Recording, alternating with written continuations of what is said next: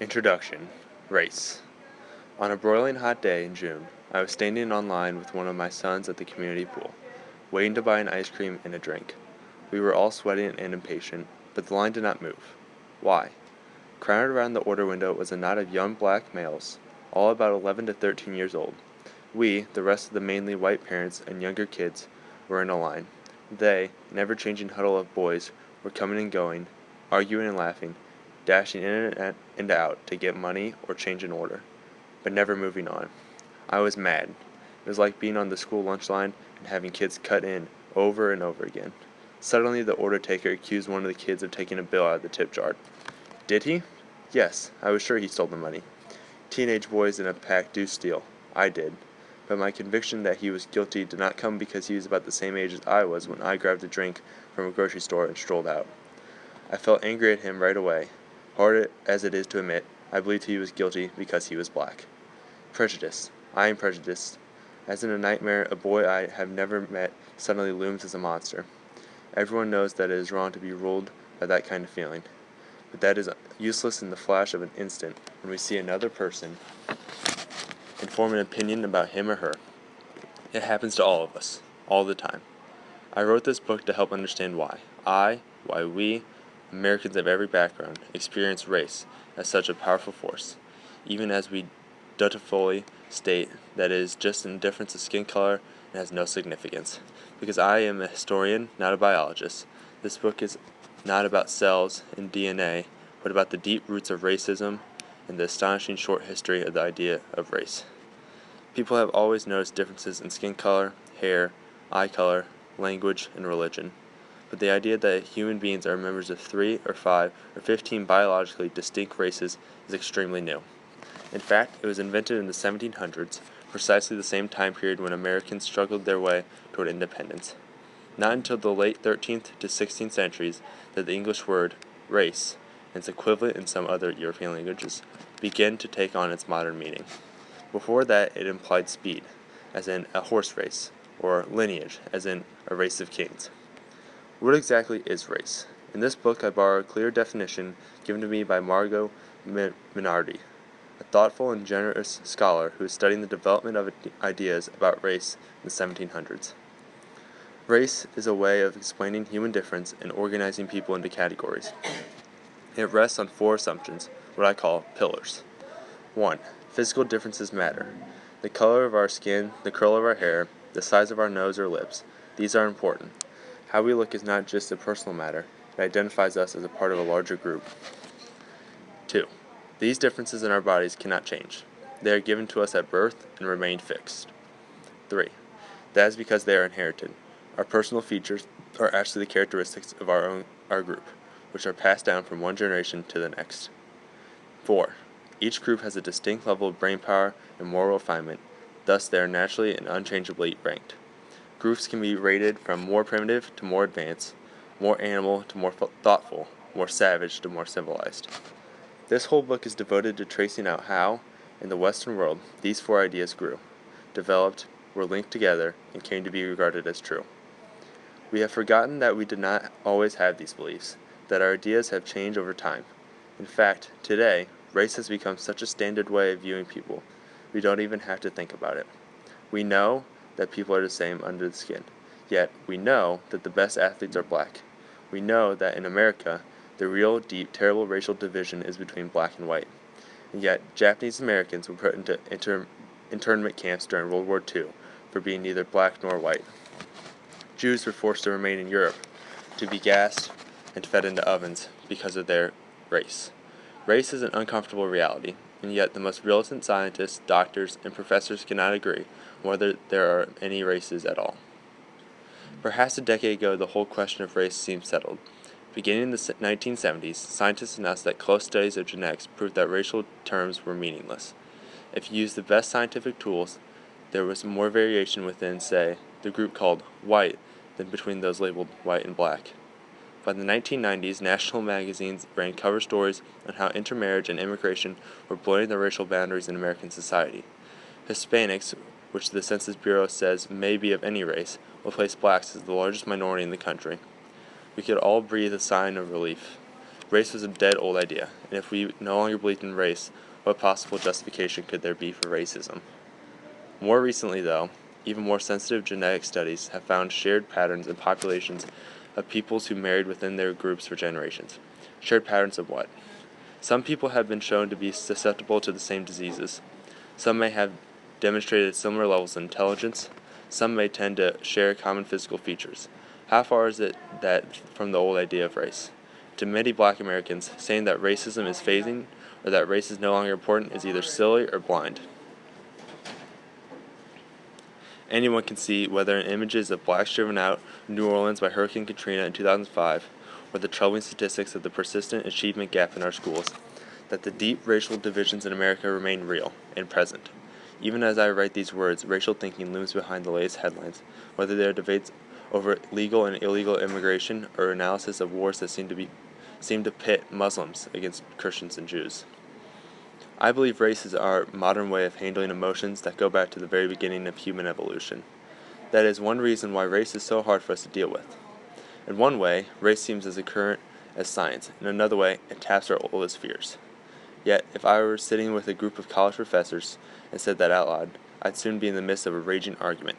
Here's why. I see the past somewhat in the way it plays out in civilization, the computer game, a sequence from more primitive societies to more complex and modern ones. I also share a view that you might most often hear in songs or poems. The idea that the human mind is a battlefield in which our better natures constantly struggle with our darker, more destructive impulses. Both these views were once common and are now questioned by fine scholars. Many anthropologists, for example, reject the whole idea of primitive groups, and the view that the most destructive effects of prejudice and hatred of strangers as the products of modern societies. They believe that if we change our society, we can change ourselves. I am more inclined to believe that if we recognize the destructive urges in ourselves, we have a chance to improve the world around us. This book, then, follows the track that made sense to me.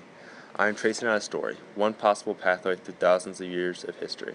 Where I'm going against strong counter views, I will let you know in the main text or the notes. There is no safe way to write about race. I say race, but I mean racism or racial prejudice. Even though the idea of race is a recent invention, fear and hatred of those who strike us as different is extremely ancient. That bears repetition. Racial prejudice and hatred of difference are not the same. For the great majority of human history, we have taken slaves, slaughtered enemies, looked down on those who are different, without believing our victims were of different races. Instead, we despise others as savages or barbarians, as weaklings or strangers, as pagans, Muslims, or Jews, Protestants, or Catholics. I think that our deep feelings about race are the latest version of a mindset that begins in infants and probably took shape at the very beginning of human evolution. But why? Why should fear and hatred of others have such a deep hold on all of us that we have reinvented it in new forms, over and over and over again, throughout history? When I began researching the history of race and racism, I soon realized that I could not jump right into the story in the 1700s. I needed to know something about the older, deeper drive in all of us, the urge to hate those who are different. Historians are like engineers. We like figuring out the connections, the links, that bridge from one era to another. But in order to understand race and racism, I knew I would have to go beyond any known history. Only by following this journey back into the minds of babies and the languages of people who live by hunting and gathering, and then out through the stages of Western civilization, could I finally understand why, when race was invented, it answered so many needs and seemed to make so much sense. So this voyage through thousands of years of history begins in New York City, today. Where do prejudices come from? The mind. One of the world's best authorities on how prejudices form in our minds is a bright, thoughtful woman who lives in New York City. Dr. Elizabeth Young Brule is a psychologist who treats patients in the East Village, a section of Lower Manhattan where Europeans wearing Prada share a sidewalk with the homeless. In the East Village, you can never predict who will sashay by, or the age, color, or gender of his or her companion. Whatever biases people have inside, they are eager to display their tattoos, piercings, and hairstyles, as well as their open-mindedness. This is a good setting for Dr. Young. She has a straight, short, graying hair, dresses modestly in comfortable clothes, and has the reassuring aspect of a person who has seen and heard everything. No story from these streets would surprise her, but she has the sharp mind and the weighty judgment of a scholar who has read thousands of studies and hundreds of books on prejudice. Dr. Young believes that it makes no sense to speak of prejudice in general as if it were a form of bad weather. She sees each kind of prejudice as its own story. Racism, anti-Semitism, hatred of women are each distinct forms of mental disease. Of course, a racist may also dislike Jews or be cruel to women. But if, like Dr. Young, you really listen to each form of prejudice, you find that they don't sound the same. Very often, people who dislike Jews want to eliminate them entirely, as Adolf Hitler tried so hard to do. Jews are described as germs, as infections to be destroyed before they sicken everyone else. Those who feel superior to Africans generally have a different goal. They want blacks to stay alive, but as slaves or mistresses in an inferior role. Blacks are spoken of in animalistic as subhumans to be controlled and used. And even the most crazed male knows women are necessary. Without mothers, we wouldn't have children. So those most threatened by women insist that females be silent, invisible, and exactly echo the views of men. Eliminate Jews, dominate blacks, silence women. 3 versions of prejudice. These hate-filled views do not begin when we are adults. Passions this strong are shaped in childhood or even infancy. Dr. Young recounts the story of one white American born in the segregated South in the 1920s. As an adult, he was having problems in his personal life, and so over time he talked about himself with a psychologist. A revealing story emerged. The boy grew up in a home with a cold, distant mother and a frightening father whom he hated. The one sweet presence in his life was the black woman who cared for him, but it was too terrifying to the boy to be so alone in his family, and so drawn to his nanny. Instead, in his dreams and fantasies, he shifted things around. He imagined that black men, such as his nanny's husband, were everything that he had hated in his father. He pictured those men attacking him or his mother. In his mind, the world was divided into dangerous criminal black men and vulnerable white people. The boy's real problem was with his parents. That was too dangerous for him to admit. So he invented an enemy he could fight, the black male criminal. This is a true story about a man who went on to devote his life to severely punishing blacks and preventing racial integration. He kept seeing that black men from his nightmares all around him. He could feel them nearby, about to rape his mother or to assault him. He felt the threat like heat shimmering off a sidewalk.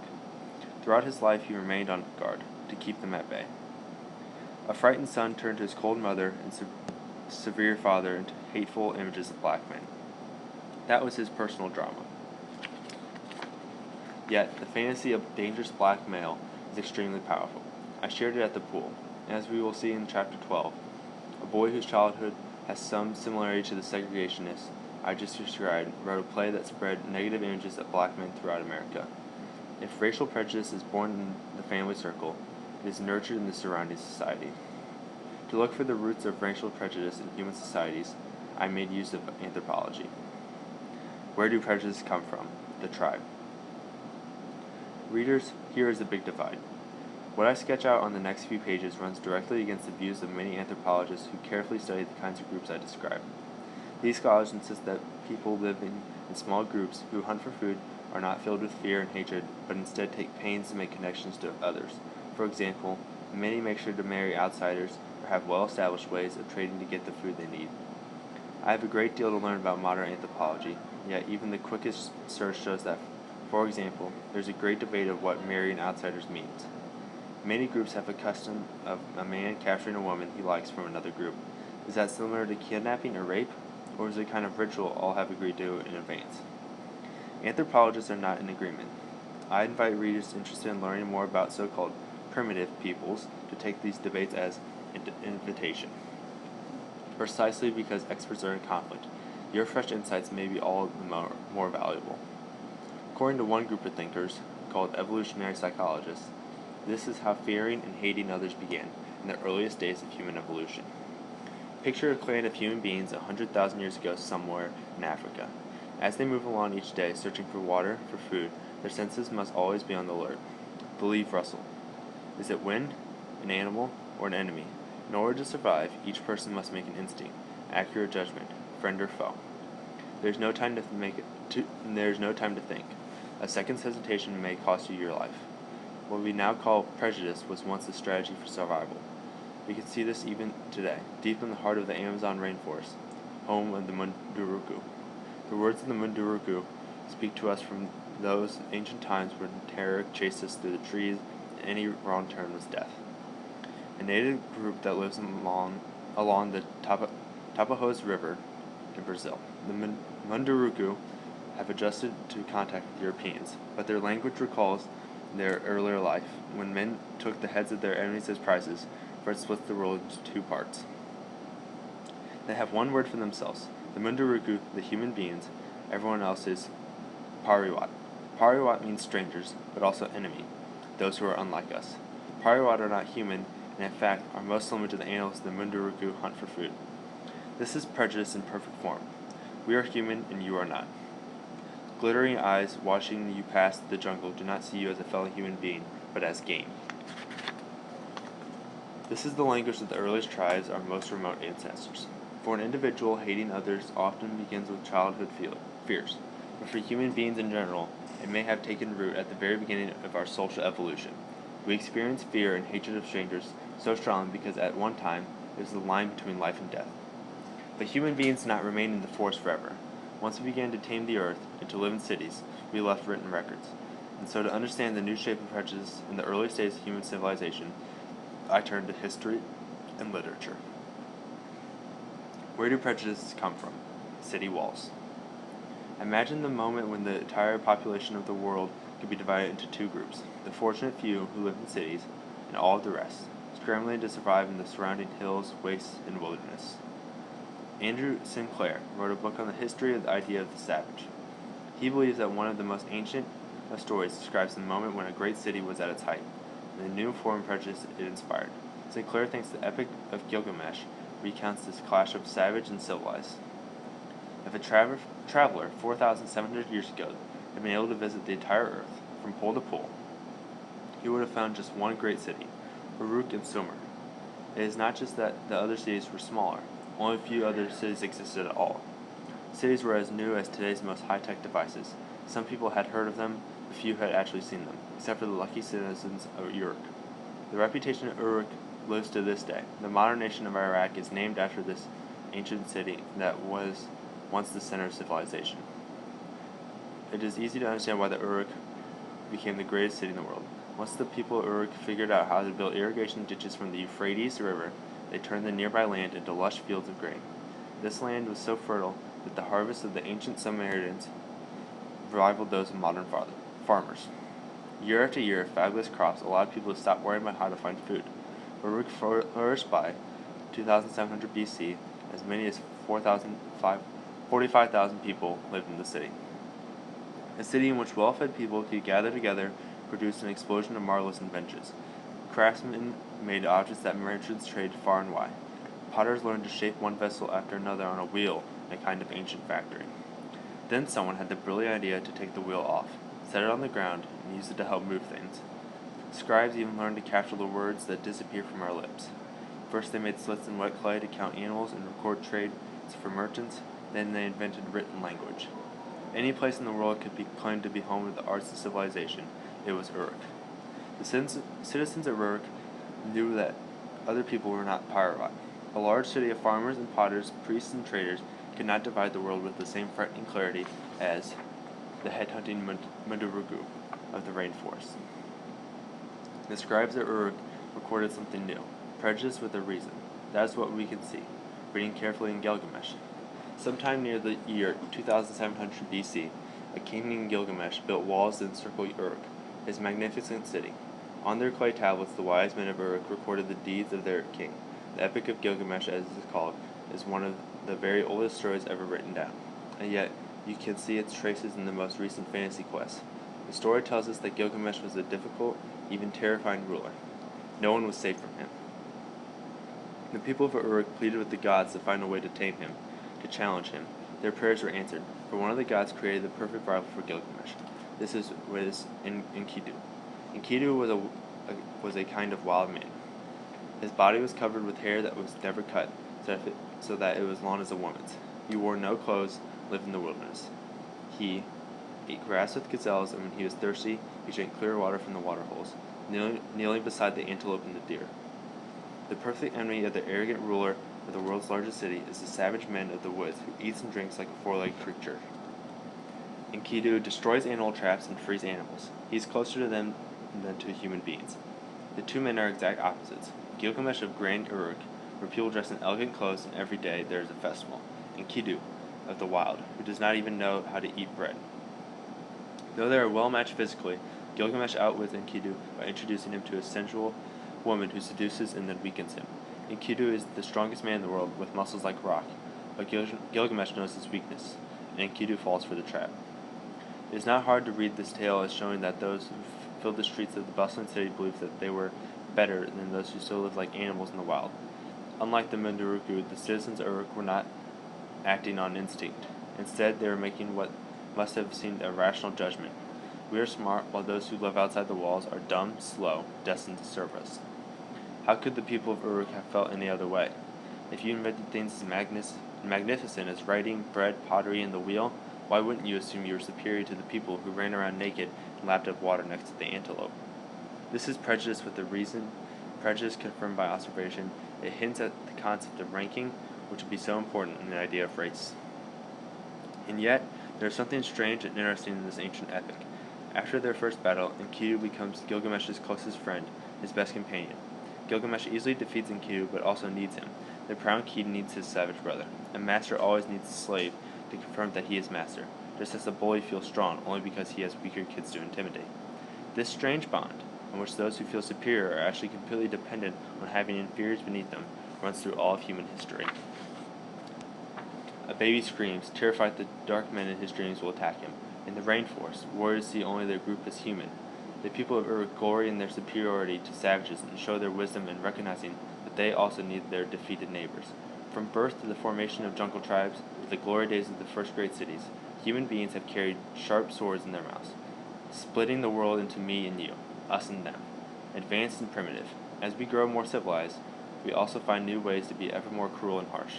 The next section of this book follows this dual pattern through the eras in which the most basic, most central ideas of Western civilization were invented. That is a daunting task. In writing this section, I continually felt like a guest visiting a magnificent museum. But the road from Uruk to race passes this way. It is time now to follow it.